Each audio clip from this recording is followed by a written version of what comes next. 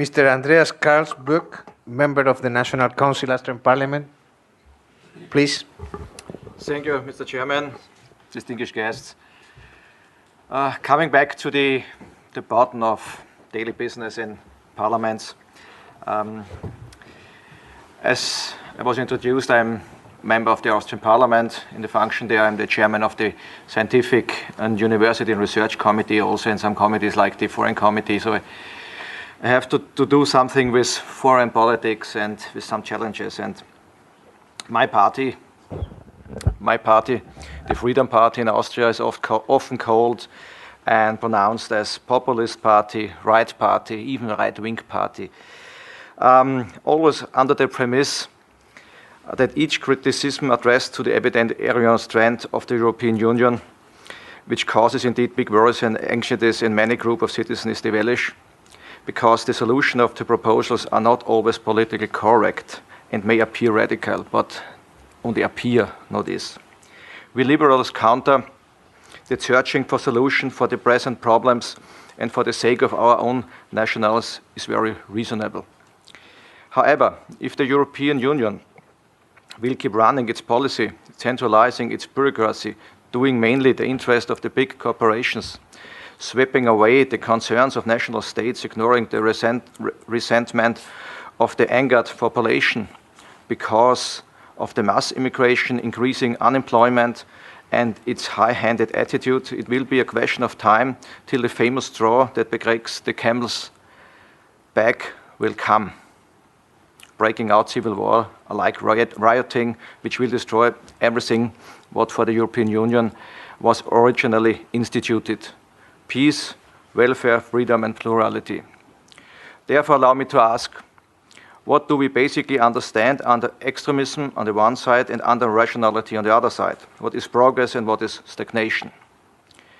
The double concept, progress, stagnation, suggests again a black and white thought with no space for delicate gray shades, without any compromise, accepting only a one-way problem shooting. European worries have to be taken in serious account. Justifiable anxieties for big and fast changes ought not be minimized, so unsolved conflicts continue to brew under the surface, so that they could explode even more violently. If the so-called patriot parties will succeed after the next European Parliament to reach more strengths, then the majority of the EU decision makers, which are sometimes not always democratically legitimated, will have to take into account these outcoming signals. It will be unavoidable to deal with those challenging matters which our panel is addressing to migration, energy and single market, respectively competitiveness, so that we can come to a new orientation of thinking. Furthermore, we have to doubt about the Brussels centralistic ambitions, about the competitiveness, about a strong free Europe. Europe must take into account its internal plurality, and federal structure should be granted, also from an economic point of view. The principle of subsidiarity should not remain only a lip service.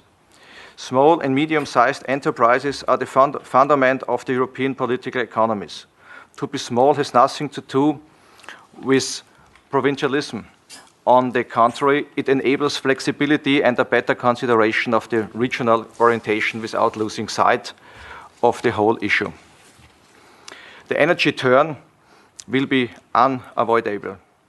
Its success will be decided lastly by the European competitiveness. The EU companies pay approximately twice as much what the US companies pay for electricity. As far as natural gas, the EU industry pay averagely even 300 to 400% more than the US level. This is due to different factors. From one side, we have old gas procurement contracts. On the other side, we have a resistance to dig or extract the non-conventional source of energy like gas or oil, or as we call fracking, and the use of renewable energy source material ordered by the state. The wrong interpreted EU ambitions to be the rescuer of the planet goes at the expenses of the competitiveness. The extract and the fracking has not to be a taboo if Europe should remain an attractive location. High qualified operators, innovative divisions for development and research, political stable conditions, direct links to markets, and last but not least, the companies will catch the high energy costs. But only to rely on it is not enough. In order to soften the consequences of the increasing unemployment, the EU Commission wants to introduce a sort of unemployment insurance in the Economic and Monetary Union covered with direct budget transfer among the member states. I think this is utopian. It would be better to have exact the opposite. Let me explain. To abolish in a short run, the guaranteed minimum wages for young people. It might appear a cynical modus operandi. In reality, this solution is proposed by international economists and by economic organizations almost without exceptions. The high social standard abolishment could augment the global industry competitiveness, creating more employment. In fact, meantime orders and contracts are not given to China anymore, but to Spain. To me, this is the right way of working, and contracts which until recently were given to Korea or to Turkey are now remaining in Germany. All the above mentioned issues should be handled by us in an intensive way, as long as we remain together in the European peace project. According to us liberals, one thing is certain.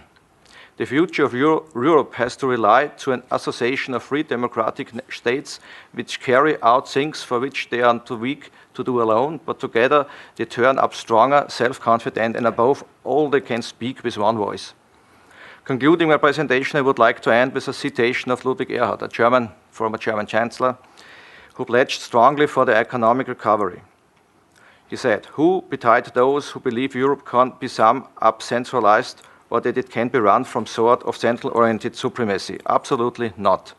This Europe in its life has its utmost value exactly in its miscellaneous variation and differences." Thank you.